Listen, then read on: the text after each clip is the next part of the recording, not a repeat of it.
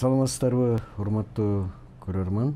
Бүгүнкү кезектеги статусубуздун коногу маданият чөйрөсүндө абдан белгилүү, анын ичинде телевидение сферасында деп коелук, абдан белгилүү киши, менин устатым, телережиссер, кинорежиссер, документалист, профессор, кыргыз элинин эл артисти Молдосейит Мамбетакунов агай чакырганбыз. Ассаламу алейкум агай. Кандайсыз, жакшысызбы? Жапжашсыз дагы. Жашарабыз. Силер жашарып атпайсыңарбы? Рахмат. Агай, бир жакшы сөз бар экен да телевидение боюнча. Эми сиз телевидениенин жана корифей деген сөз бар бизде. Кинонун, театрдын өнөр адамдарын айтышат. Анын телевидениеда бул өнөр искусствонун бир түрү деп айтып келе атпайсызбы? Ошол искусствонун түрүндө кыргыз телевидениясынын тарыхында сиздин ордуңуз чоң да. Ошолордун корифейлеринин бири десек дагы, менимче бул ашыкча сөз болбойт. Ушул телевидение боюнча эсиңизде болсо 95-жылдан 97-жылга чейин болуш керек. Жана Владислав Листьев деген Россиянын белгилүү журналисти бар болчу убагында, жанагы Поле чудес деп бир элдин баарына таанылган. Ошол кишинин көз өткөндөн кийин Сергей Благоволин деген ОРТнын директору болгон. Ошол киши бир сөз айтыптыр, ушу телевидение боюнчачы. Телевидениени башкарган адам бул керек болсо өлкөнү да башкара алат деп. Мен ушунун сөздүн маанисин көп мындай аңдай албай атам да. Сиз тажрыйбалуу адам катары ушуну түшүндүрүп берсеңиз да, эмне себептен телевидениени башкарган адам керек болсо мамлекетти башкара алат деп айтылган. Сиз өзүңүз да башкаргансыз да. Ооба. Сиз да телевидениенин, улуттук телевидениенин президенти, вице-президенти болуп отурасыз. Эми айткым келип атат го, мен үчүн сиз ушул убакка чейин президент болгон жоксуз деп. Президент болуп элди башкара албайсыз деп айткым келип атат. Эми бул мындай да, бул сөздө чындык бар. Себеби телевидениени биз айтабыз, бул коомду башкарат. Коомго баардык маалыматтарды берет. Коомдо аң сезимди башкарат. Анан коомду кайсыл бир деңгээлде тигил же бул окуяга уюштурат. Ушундай эле болуп атпайбы? Муну массалык маалыматтын каражаттарынын баарынын эле максаты ушул болуп келатат кийинки күндөрдө. Ошонун ичинде телевидение дагы бар. Ошондо улам айтылса керек да, президентти же премьер-министрди же болбосо бир министрди жумуштан алып коюш телевидение үчүн оңой эле. Мисалы үчүн 30-40 информация бер ошол адам жөнүндө, только чындыкты, объективдүү бер, ал адамга элдин кычыры келе баштайт.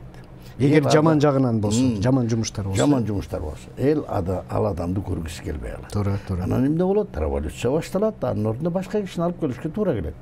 Же болбосо, эгер ошол адамды мактасаң, 20 жол, 30 жол мактасаң, ал адамга эл ишенет дагы, андан ары ишенич да артып, анан көбүрөөк иштегенге мүмкүнчүлүк түшөт. Ушунда улам айтса керек да. Дүйнөнү телевидениеде иштеген адамдар, телевидениени башкарган адамдар ушу мамлекет эле башкарылат деген ушундан улам айтса керек деп ойлойм да. Мен ушундай, менин көз карашым. Эгерде сиздин айткан оюңуз менче туура бул.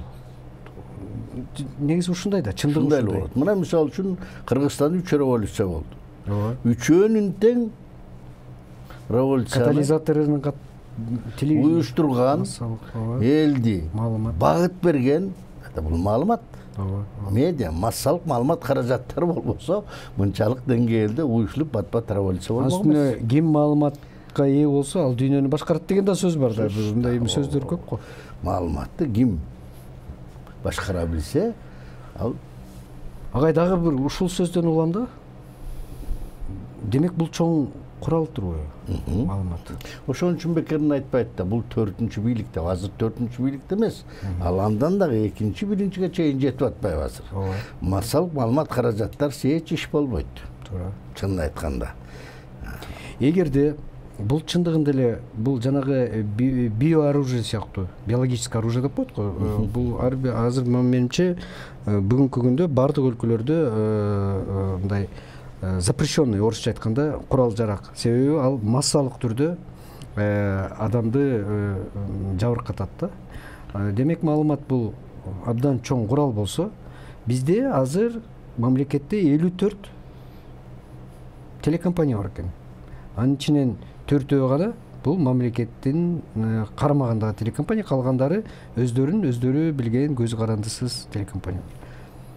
Сиз жакшы билесиз, интеллект адам катары коомдо болуп аткан окуялардан кабарыңыз бар деп ойлойм. Маалымат азыр абдан ар түрдүү, ар кандай деңгээлде жүрүп атат.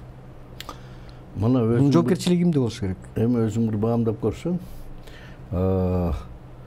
Советтер Союзунун учурунда мындай өздүк телевиденияларга жол берилген эмес.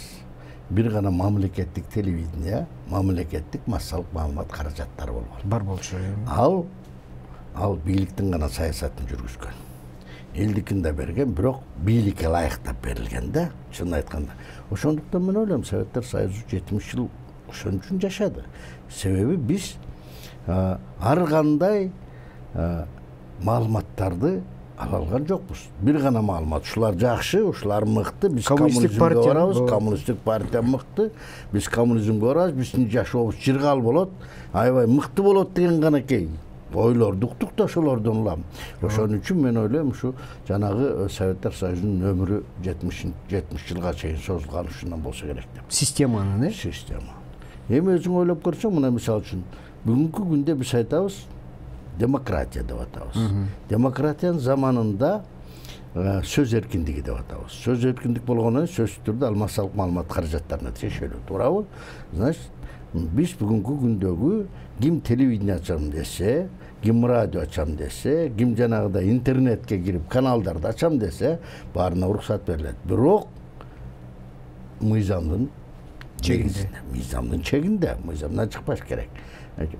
Мен ойлойм, бүгүнкү күндөгү биздин Кыргызстанда жанагынча телевидение, жанагынча маалымат берүүчү каражаттардын баардыгы көп болгону жакшы, бирок ушунун баары тең мыйзамдын негизинде иштеп атабы, жокпу? Мына ушул суроо. Бизде мыйзам ушулардын берүүсү жөнүндө жанагы жаңылган мыйзам, жанагы жаманда аскарбит эткенде аны жоопко тартыш керектиги бу дегенден башка дагы бул абийир жөнүндө, аброй жөнүндө бир, мен ойлойм, бир мыйзам болуш керек да. Ал адам сөзсүз түрдө мыйзамдын негизинде жоопко тартылбай эле өзүнүн абийиринин алдында жооп бериш керек. Ушуну туура кылып атамбы, ушуну туура эмес кылып атамбы? Ушул адамдын бир аброюна кедерги келтирип койсом, эртең ушул адамдын бир жамандыгы мага тийип калбайбы? Эл алдында мен уят болуп калбаймбы деген өзүмдүн абийирим болуш керек. Ошондо анан мен ойлойм тартипке салат. Эч убакта массалык маалымат каражаттарын мыйзамдык негизинде жаман жагына башкара албайсың. Туура. Мына канчалык тыйган сайын ошончо күчөйт, өсөт, өркүндөйт, күчөйт. Анын баарын бир экөөнү жапсаң, анын артында эл турат. Анан аларды көтөрүп чыгат, мени жаап койду, мени басып койду, мени тигинтип койду, минтип койду деп. Биз сөз эркиндигинин жоопкерчилигин сезбей атабыз. Эмне кааласак эле сүйлөп атабыз дагы, ал эми ошол сөз үчүн, ошол ой үчүн жоопкерчилик жок керек да, жоопкерчилик жок болуп атпайбы? Айтып койдум, болду. Туура. Мына ошондон улам бизде массалык маалымат каражаттарынын арасындагы эми кечирип коюш керек. Мен да ушу массалык маалымат каражаттарынын өкүлү катары хаос болуп атат да, чынын айтканда. Мен айтпайм бир системага түшүп калыш керек. Ар кандай ойлор болуш керек. Бирок ошол ойлорду берүүдө маданият болуш керек. Тил болуш керек жакшынакай. мына ошондо ганакей биз өсөбүз өнүгөбүз. Маданият болсо. Болбосо өзүңөр карап көрүлөсүз, мисалы үчүн блогерлер эмне жасап атат? Кээ бирөө бар эмес. Мисалы үчүн кээ бир өздүк телевизиялар эмне кылып атат? Көбүнчө жана интернеттеги канал ачып алгандар сөгүшүп атат. Эл көрүп атат деп, Алар ойлогон жок эл жөнүндө эртең ушул бир ошо элге кедергиси тийип калабы, тийбей калабы жок, аларды ойлогон жок. Ал ошол учурда ошол кишиден өч алыш керек. Туура. Ушуну гана ойлоп атат да. Ошону тилдейт, сөгөт, мисалы үчүн. Билимдүүсү деле, интеллигент адамдар деле кээ бирөө чыгып алып тилдеп атышат, жаман сөздөр менен тилдеп атышат да. Анан кээде ойлоп каласың, эмне болуп баратабыз, каяка баратабыз депчи. Не болуп баратабыз деп ойлоп каласың да. Мына мен ошондон ойлойм. Эми буга кандай кылып биз ушу баягы өзүбүздүн мурунку болгон ата-бабадан келаткан маданиятыбызды кантип биз өзүбүзгө кайтарып келебиз? Кантип биз ошол жагынан маданияттуу жүрүм-турум, маданияттуу болуу, өзүбүздүн маданияттуу өстүрүү боюнча кайра жаралууну кантип жаратабыз? Мына биз ушуну ойлонуш керек. Окутабызбы же эмне кылабыз? Муну агай, сиз убагында мен сиздин окуучуңузмун. Сиз бизди ушинтип окуткансыз да, менин эсимде бар. Эгерде адам туура эмес тамактанса, сөзсүз отравление деген оору бар. Ооруйт. Туура эмес маалымат, туура эмес маалымат алган адамдагы рухий дүйнөсү оорулуу адам. Жанагы боюнда бар аялды 20 жолу бычак сайган, атасын баласы урган, аялы күйөөсүн таштаган. Кыскасы азыр коомдо эмнелер гана болгон жок да. Ошонун бардыгы туура эмес алынган маалыматтан, туура эмес көргөн кинодон, жанагындай сөгүнгөн ээн ооздук кандайдыр бир берүүлөрдөн кесепети сөзсүз тиет да. Туурабы же туура эмеспи? Туура. Эми бул массалык маалыматтардын каражаттарынын максаты ошону көрүп туруп сен жазаба дегендей кылып берип атат. Бирок биздин деңгээлибиз ошого жетпей атпайбы? Ошону мисал катары кабыл алып атабыз. Ошону мисал катары алып жазап атпайбыз. Болуп турбайбы деп. Болот турбайбы? Тиги деле жазап атпайбы? Мен үчүн жазабайм дегендей болуп атат. Эми бир суроо да агай. Мисал үчүн телевидение өзүнүн формасында бул бир кандайдыр бир көз карандысыз искусствонун бир багыты эмес. Себеби телевидениеда эмнелер көрсөтүлөт?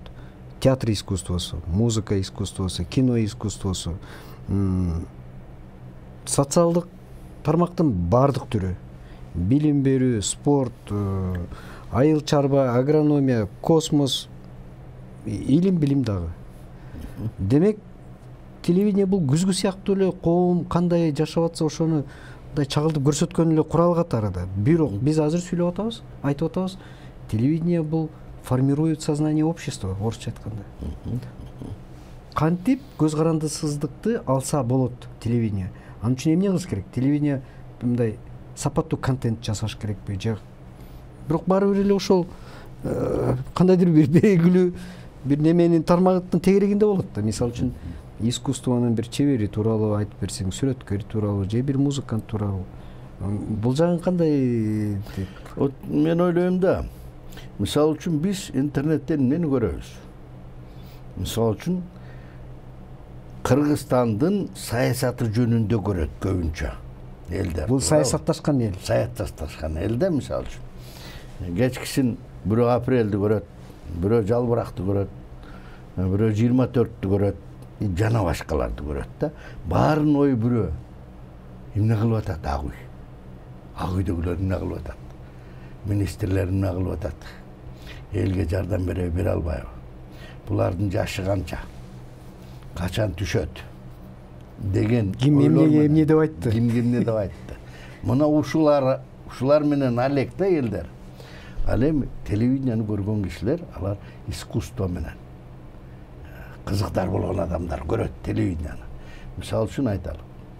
Элдин канча проценти ойлойсуңуз искусствону бүгүнкү күндөрдө көрөт деп? Биз Совет доорунун учурунда ушу жакшы калыптанып калганда элдин искусствого болгон кызыгуусу анан ошол аркылуу бир тарбиялык мааниси бар нерселерди алып элдер жакшы көрүнүп келатканда биз көпчүлүктү могу өткөл учурда жоготуп алдык. Китеп окуганда жоготтук. Туура. Мектепке барып окуганда жоготтук, кино көргөндө жоготтук, театрга барганда жоготтук, музыка укканда да жоготтук. Биз кара курсактын айынан мен ойлойм да, экономика ушуга таасир берди болуш керек. Ошонун айынан биз баардыгын жоготуп койдук. Биз сүйлөшүү маданиятын да жоготуп албадык. Туура. Сүйлөшүү маданиятын дагы жоготуп алдык. Жүрүм турумубуз дагы башкача боло баштады. Эми азыр мына ошондон кийин мына бизге демократия заманы келди. Биз айтып атабыз, эгемендүү республика болдук деп. Мына 30 жыл өттү. Ошол өткөл учурдагы жоготуп алганды 30 жылдын ичинде кайра калыбына келтире албай атабыз. Келтире албай атабыз да. Азыр аракет күч болуп атат, бирок баары бир 30 жылда көнүп калган нерседен таштап, ошону таштап, жаңы нерсеге көчө албай атабыз. Таң калыштуусу биз 70 жыл көнгөн нерсебизди бат эле унутуп калып атпайбызбы? Бат эле жоготуп койдук да. Өткөл убакта асал болду, мисалы үчүн. Мына азыр айталык, эми Кудайга шүгүр, мисалы үчүн айталык. Театрдагы репертуарларды карап көрөлүк. Кино тарткандагы киночулардын тарткан фильмдерин карап көрөлүк. Мисалы үчүн эки жагын алганда. Мисалы үчүн музыка жагын алып көрөлүк. Бүгүнкү күндө бир дагы Молдобасанов, же болбосо баягы Малдыбаев, Фере Власовтар жазган опералар, улуу муунда композитор жазган опералар. Бүгүнкү күнгө чейин биз жарата албай атпайбыз андай опера. Жаза албай атабыз. Альтернативасы жок болот. Жок. Туура. Айтып атат, аракет кылып, мына жазгыла деп атат. Бирок жок. Экинчисин айталык. Төлө Мушакеев, Геннадий Базаров, Болот Шамшиев, Убукеевтер жараткан фильмдерди биз азыр жарата албай атабыз да. Кыргыз керемети дегенди ошол калыпта жарата албай атабыз. Эми кийинки күндөрдө аракет аябай жакты. Даже кайталай албай атабыз да. Эми кийинки күндөрү мына, кийинки күндөрү бул кино жаатында аракет жакшы. Мисалы үчүн айталык, биздин жаш режиссерлорубуз А классындагы фестивалда баш байгелерди алып келгени кубандырбай койбойт. Мисалы үчүн айталык, Темир Берназаровдун фильми Түнкү кырсык. Совет доорунда да биз андай сыйлык алган эмеспиз. Же болбосо Дастан Жапаров менен тиги Бакыт Мукулдун фильми, жанагы Атанын керези. Эми булардын темалары жаңыча болуп атат да. Тартылышы да жаңыча. Ойногон ролдордогу образдар дагы жаңыча. Жаңы көрүүлөр болуп атат да. Ошондон улам мен ойлойм ушу сыйлыктарга болуп атат. Мына жакында эле дагы бир кубаныч болду. Акыркы көч дегени Дастан Жапар уулу менен тиги Бакыт Мукулдун эми айтайын деген ой укмуш. Мына ушундай балдар өсүп өнүгө берсе, мен ойлойм биз ошол мурунку кыргыз кереметине келет болушубуз. Кайтабыз. Ушу акыркы 2 жылдын ичинде фильмдер, акыркы 3 жылдын ичинде ушу кыргыз фильмдер көтөрүлдү десек болот. Эми театрда да жандануулар болуп атат да. Бирок биз баягы Муратбек Рыскулов, баягы Кыдыкеева, баягы Күмүшалиева буларды жоготуп алдык да. Азыр андай ошолорду көрөбүз деп биз спектакльге 4-5 жыл барчубуз. Ошол кишилерди көрөбүз үчүн, ошолор менен түрүү пикир алмашыш үчүн сахнада, залда отуруп алып, ошого барар элек да. Андай актерлор азыр жок. Бирок аракет кылып атышат. Мен айтпайм таптипыл жоголуп калды депчи, аракет кылып атышат. Мүмкүн жаралар. Мына акыркы күндөрү, акыркы сааттарда андай нерсе. Мисалы үчүн Кыргыз мамлекеттик опера театры, бул тиги Гүлсара Бейшаналиева, Болот Мыңжылкыев, мисалы үчүн да. Эми булар Чолпонбек Базарбаев, эми айтып берсе көп да, мисалы үчүн Сартбаева, булар укмуш болчу да, чынын айтканда укмуш болчу да. Биз мисалы үчүн ошол учурда ошоларга Кыргыз Республикасынын эл артисти деген дараң берчү. Дүйнөнү дүңгүрөтүп ырдап келишчү булар, чынын айтканда. Москвада канча концерт берип келишти. Ленинградда канча концерт берип келишти. Башка чет мамлекеттерде канча ырдап келишти. Ошондо араң ошолорго кийин 50-55-ке чыкканда эл артист берилчү да. Мына карабайсыңбы? Кандай баалачу. адамды кантип жана орустар айткан мотивация берчү да. Кантип өстүрдү. Мен Молдосейит агай, мен сизди түшүндүм. Азыр сиз кыргыз эл артисисиз да. Сиз деле абдан көп эмгектендиңиз. Мен билгенден көп аябай кинолорду тарттыңыз, телепроектлерди жетектедиңиз. Ошонун акыбети катары кыргыз артисти деген наам алдыңыз да. Анан эми азыр акыркы убакта тойго барып, көбүрөөк барып, ырдаган кээ бир ырчылар дагы кыргыз эл артисти деген наамды алып, сиз менен тең ата эле. Сиз турган жерде ал кишилер деле кыргыз эл артисти деп чыгат. Сиз мындай арданбайсызбы? Бир аз уялмы? Биздин тарчылыгыбыз жок. Эгерде ошо бааланып берилип атса, менин тарчылыгым жок, мейли ала берсин. Бул мындай да. Кээ бир кишилер эл артисти алат, бирок ал өзүнүн көрсөткөнүнөн сразу эле унутулат. Анын себеби артында эчтеке жок. Эчтеке жок. Эчтекеси жок. Мисалы үчүн биз балет оратория Саманчынын жолун көргөндө Молдова Сан мээңе шактый чыгат. Улуу чыгарманы жаратып кеткен турбайбы деп. Же болбосо Чыңгыз Төрөкуловдун кайсы Нарамазын повестин окуга Чыңгыз Айтматов. Демек элге эмгек сиңирүүнүн жолу башка. Элдин жүрөгүнө сиңүү башка. Бир дагы народный жаза деген наамы жок, же болбосо тиги эмгек сиңир деген наамы жок. Атайды эмгиче иштеп жүрбөйбүз. Атайды. Мисалы үчүн Осмонкулду, мисалы үчүн да Токтогулду мисалы үчүн. Туура. Совсем атыптын Коргоол ырчыны бүгүнкү күнгө чейин иштеп жүрөбүз да. Алар элдин арасында калды. Элге эмгеги сиңди. Анын жанагыдай наамы болбосо дагы эл аны эстейт. Жүрөгүнө сиңип калган. Биз искусствода мына ушундай кызмат кылышыбыз керек. Наам үчүн эмес, элдин эсинде калыш, элге бир нерсени калтырып кетишибиз керек. Менимче бул абдан туура кеңеш, абдан туура айтылган ой болду агай. Биз жанагы башында сөзүбүздүн башында телевидение бул коомдун аң сезимин өзгөртүүчү абдан чоң күчкө ээ деп атпайсызбы? Бирок ошол телевидениеде көрсөтүлгөн кандайдыр бир контенттер, программалар, проектлер, бул телешоу болсун, же болбосо кандай бир саясий багыттагы дебат болсун, же интервью болсун, сиз экөөбүз сүйлөшүп отургандай диалог болсун, айырмасы жок. Бирок ошону кандайдыр бир адистер жасайт. Туурабы? Эл экранда эки адамды көргөнү менен ал ошол эки адамды тартып отурган режиссерлор бар, звукорежиссерлор бар, операторлор бар. Кыскасы толгон токой жумуш.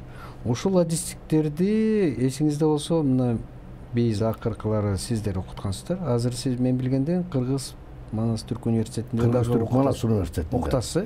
Ушул эле багыт боюнча адистиктин кесипкөйлүк деңгээли кандай болуп атат азыр? Себеби телевиденияларда ошолор иштеш керек да. Радиодо ошолор иштеш керек, журналистикада ошолор иштеш керек. Сиздин баамыңызда, тегереңизде кандай балдар, улан кыздар? Алардын кандай идиректери? Мындай да, мен 2-3 күн мурун КТРге бардым, билиштерме. Барсам ошол жерде менин окуучум монтаж кылып. Аны экөөбүз сүйлөшүп калсак, айтып калды, агай, бул жерде сиз окуткандай иштешпейт турбайбы? Деди. Анан мен айттым, бул мен окуткандай иштебеген адамдарды мен окуткан жокмун дедим. Вот мен сени окуттум, сен мени окуткандай иштебейсиң. Сен эмне буларды туурап атасың? Дедим. Ошон үчүн айтып атпаймынбы? Биз азыр бирин-экин адистер чыгарып атпайбызбы? Алар аз. Себеби ал жерде системалар түшүлүп калган да. Ал жерде башка адамдар иштеген да. Ошолор системаларын куруп кеткен да. Мисалы үчүн да, ошол системаны жогото албай атабыз да. Мисалы үчүн. Вот өзүң ойлоп көрсөң, вот мисалы үчүн мыкты журналистти, мыкты режиссерду, мыкты операторду, мыкты режиссерду, мыкты жарык берүүчүнү окутуш оңой. Теориялык багытта.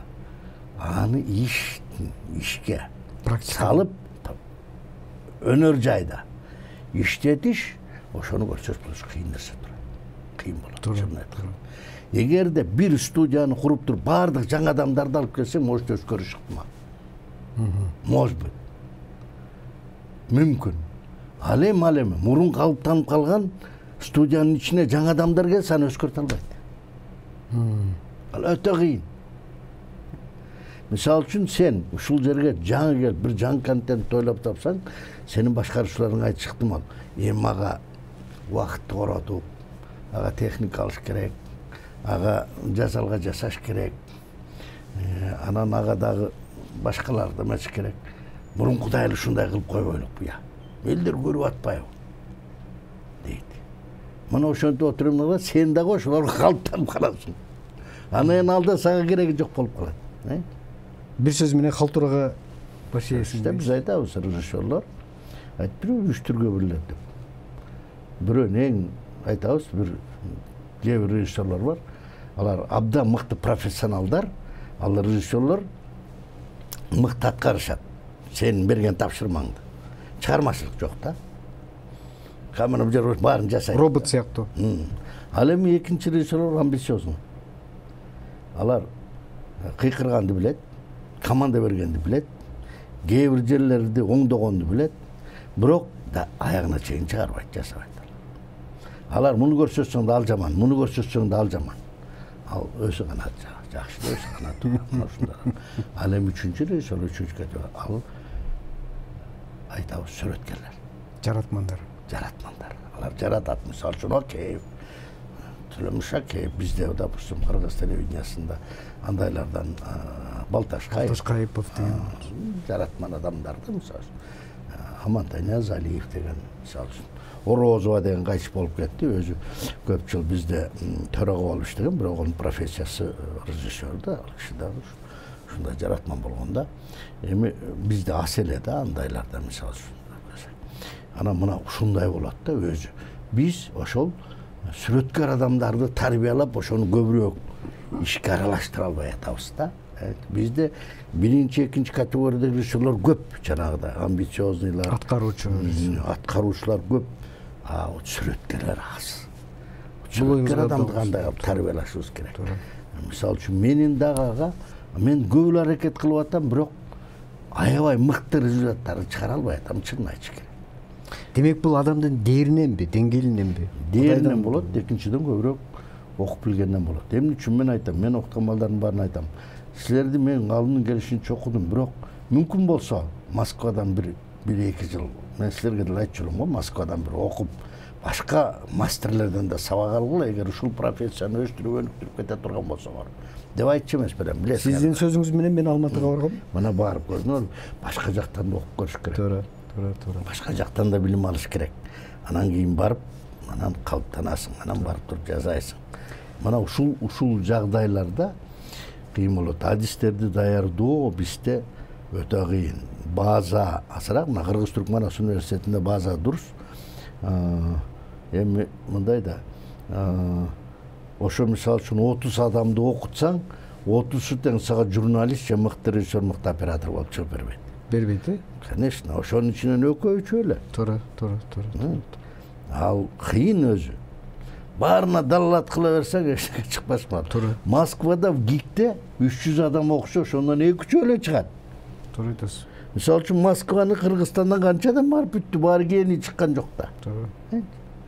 Бизде Кыргызда бир жакшы салт бар болчу ага. Эсиңизде болсо, бул манасчылыкта деле, акындыкта, деги эле өнөр адамдарында устат шакирт деген. Эсиңизде болсо. Убагында мен деле мисалы үчүн жана Бешин Элебатында искусство институтуна тапшырганда Жанузак Малдахметов деген агайыбыз бар болчу. Ошол киши Руслан, мен сени окуучу кылайын, сага чейин мен бир кишини тарбиялагам, ал деп сизди айткан да. Мен сизге жөнөткөн. Ушундай салт азыр барбы? Эгер болсо, сизде окуучу барбы азыр? Эми бул мындай да. Адамдын аң сезимин, жан дүйнөсүн тарбиялаш кыйын деп айтабыз, бирок мүмкүн. Бирок азыр технология өсүп өнүктү да. Режиссура азыр связан с технология менен байланыштуу. Мисалы үчүн, эгерде мен анимацияны жакшы билсем, ошол даярдап аткан студентимди мындан 10 эсе мыкты кылып чыгарам. Менин башым технология менен байланыштуу болот. баягы режиссуранын ой толгоосу менен анан жөнөкөй башкаруу менен азыр кадр даярдаш кыйын. Аалам башка, жашоо башка. Бүгүнкү күндөгү талап башка. Талап башка. Өзүп атат эл. Башка жактарды көрүп атат. Эмне үчүн ушундай даярдай албайсыңар? Дейт. Аны даярдаш үчүн биз өзүбүз анан биздин технология даярыбыз керек. Туура. Ал эми жөнөкөй шакиртти даярдаш, акыл айтып, анын жан дүйнөсүн өскөртүү, аң сезимин өскөртүү. Адам катары тарбиялоо. Адам катары тарбиялоо. Анан жанагыдай жөнөкөй устат катары. Мисалы үчүн айталык, биздин илгерки комузчулар, акындар жанын алып жүрүп комуз чертип, ошонун технологиясын баарын үйрөтчү да. Туурабы? Эми азыркы чертип аткан комузчулар алардан 10 эсе технологиясы күчтүү болуп атпайбы? Биз илгери комузчуну айтчубуз, жалгыз эле Ата Ойгонбаевдин мисалы үчүн же болбосо Карамолду Орозовдун күйлөрү гана келет комузга десек, азыр башка өлкөлөрдүн музыкаларын комузга салып алып чертип атпайбы? Технология өскөрдү, адамдын аң сезими өскөрдү. Туура. Бешиктен тура калганда эле сотка менен ойноп атат. Кичинекей бала. Ошону басканды да билет, таап алып музыка укканды да билет. Кандай адамдын аң сезими өстү. Биз ошого жараша кадрлар даярдашыбыз керек. Ал үчүн технологияны жакшы билишибиз керек. Ошол технология режиссердук аң сезимге кандай жардам берет? Ошондо жакшы билишибиз керек.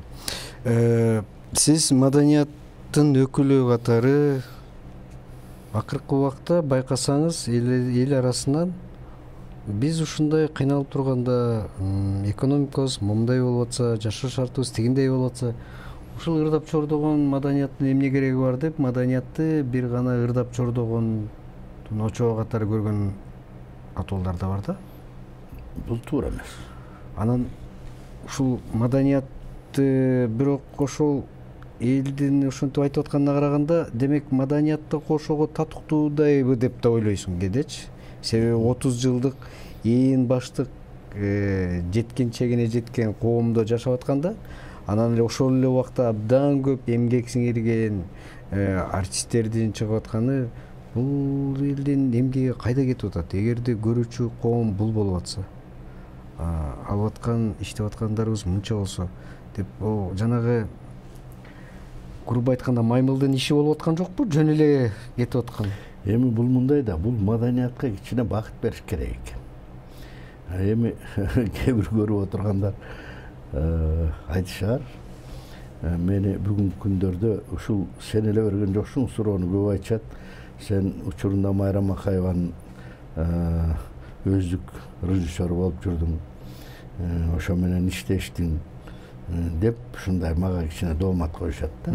Мен айтам, ушу Майрам Акаева билбейм, мен аны экономикага же болбосо кызматка койгондо кандай тиешеси бар, мен билбейм, чын айткандачы. Бирок маданиятка кылган кызматы, ошонун көз карашы чындыгын айтканда мага жакчу. Эмнеси менен? Биринчиден ал киши сүрөт өнөрүнө аябай көңүл бурду. Барган райондордун баарында сүрөттүн көргөзмөсүн уюштурчу. Анан үйрөттү элдерди. Мурун чырдак, жанагыдай килем алып барчу тойлорго. Элдин баары тең сүрөт алып барып, ошол үйгө сүрөт белек кылып берип калышты. Салтка айланып калды да. Мен просто өзүм көз алдыман өттү да. Экинчиден бүгүнкү күндө эң мыкты манас айтып аткан баары тең ошол учурда кичинекей балдар болчу. Туура. Жанагыреки жаш өспүрүмдөрдүн фестивалын уюштуруп, ошол манасчыларды, комузчуларды өстүрдүм. Мен ошого режиссер болуп жүрдүм. Ошол балдар бүгүнкү күнгө чейин мен таанышат. Оягай билесизби, мен ырдатпай койгонсуз. Билесизби, мен чертиргенсиз деп бүгүнкү күндө жана азыркы залкар болуп калгандар айтышат. Мына бул жагына аябай көңүл бурду. Экинчиден классикалык музыкага аябай көңүл бурду. Жанагы Кошоева деген, жана Сыдыков деген пианист, мисалы үчүн Америкада жүргөн, Аса Кошоева да Америкада жүрөт. Жана Атагелдиев деген, мына ушулардын баарын тең ошол мезгилдеги ошол мезгилде көтөрдү да аларды. Ушуларга мүмкүнчүлүк берди. Москвага барып, Москвага, тияка барамса тияка барып, ушуларды жакшылап карады, чынын айтканда. Даже жанагыреки тиги президенттик оркестр түшкөн дирижер бар эмеспи? Ким? Самат жок. Манас симфонический оркестр. Манас оркестрин, президенттик Манас оркестринин дирижеру. Мына ошол эрекиге скрипканы жанагыреки известный скрипачный скрипкасын сатып келип берди. Страдивари беле? Мына карасаң, мына ушундай көңүл бурду дагы мындай кичине багыт берип койду. Мен айтпайм аябай эметип, бирок багыт берди. Анан ошондон көтөрүлө баштады да. Вот искусство кичине көтөрүлө баштады. Баары бир маданият кандайдыр бир колдоого мамлекет жактан сөзсүз. Бир киши эле колдоса калгандар, бир влиятельный киши колдоса эле калгандар. Мына азыр, мисалы үчүн, бүгүнкү күндөгү президенттин колдоосу бар экени көрүнүп атат. Мисалы үчүн да анча-мынча. Вот жана Кайрат Иманалиев министр болуп келгенден бери кичине эмеде искусстводо жандана баштады. Чындыгында ошондой. Жандануу бар да. Жандануу бар. Муну мындай эле айтып коюш керек да, жандануу бар. Жөн эле аш тойлор эмес, кандайдыр бир жакынкы алыскы кошуналар менен алакаларды, маданий байланыштар түшүлүп атат.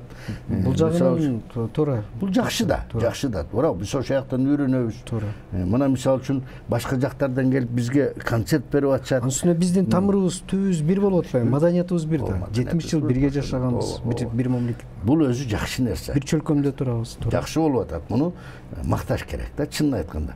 Мына ошондойлор керек да. Ошондо биздин маданиятыбыз өсөт деп ойлойм. Туура. Бүгүнкү маегибизден, бүгүнкү диалогубуздун акыркы суроосу болсун агай. Эсиңизде болсо, белгилүү советтик кино бар бир. Москва көз жашка ишенбейт деген. Меншовдун биз бала кезден көп көрдүк, аябай студент кезекте көп көрдүк. Ошондо бир белгилүү фраза бар. Бир убакта театрда болбойт, кинодо болбойт, китепте болбойт, бир гана телевидение болот деп. Чындыгында эле азыр телевидение болобу же менимче телевидениеде өзүнүн кандайдыр бир тарыхый вазифасын аягына чыгып бараткандай сезилет да. Сиздин оюңузча? Мен ойлойм, ушу телевидение пайда болгондо кээ бир кишилер ушу искусствону жакшы жүргөндөр адамдар айтышкандай эми театр дагы, киносу дагы, анан адабияты дагы баары жок болот. Баарыбыз тең ушу жалдырап телевидениени карап отурабыз, бизге бул аябай дем берет дегенде, ал анча-мынча убакытта ошондой болду. Бирок андан кийин жаңы каражат пайда болду. Бул интернет деген пайда болду. Азыр кээ бир кишилер телевидениени көрбөй калды. Бүт эле интернетти карайт. Интернетте баары бар. Мен ушундан улам айткым келип атат да. Эгерде биз ушулардын баарын жок кыла турган болсок, анда биздин көңүлүбүз андан дагы мыкты нерсеге бурулуш керек. Бу адамзат интернет менен телевидениеден башка нерсени ойлоп табыш. Жаңы бир нерсе ойлоп табыш. Жаңы бир нерсени.